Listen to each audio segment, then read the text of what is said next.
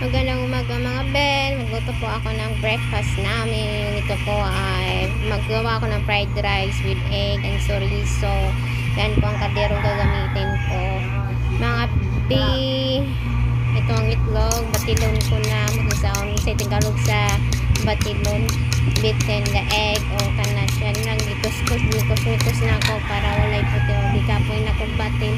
So, sa sunod akong buhaton na wala, hindi ko na akong kaldero, wala na akong pakita kay mao na yukay na ako kay galisod. So, pag video na ga itlog, nag-fry ko itlog. So, mao pakita na yung mga bet, yung mga ganang mikos na ko, na kung saan pagkuan, wala na akong magagalibog ko, kung saan ako ang itlog, kung ikanas, kanang ikuan ba, kanang bakbakon ba.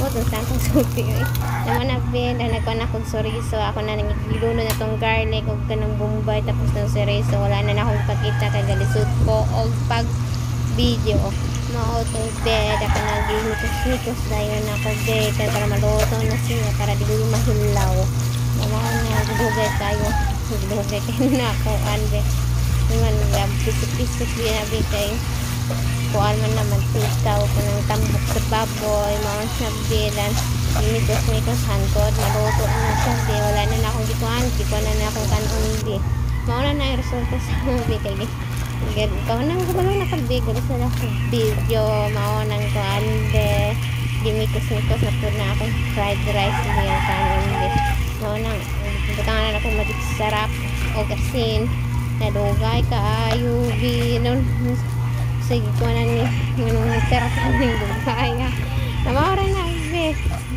salamat sa pagtanaw babo.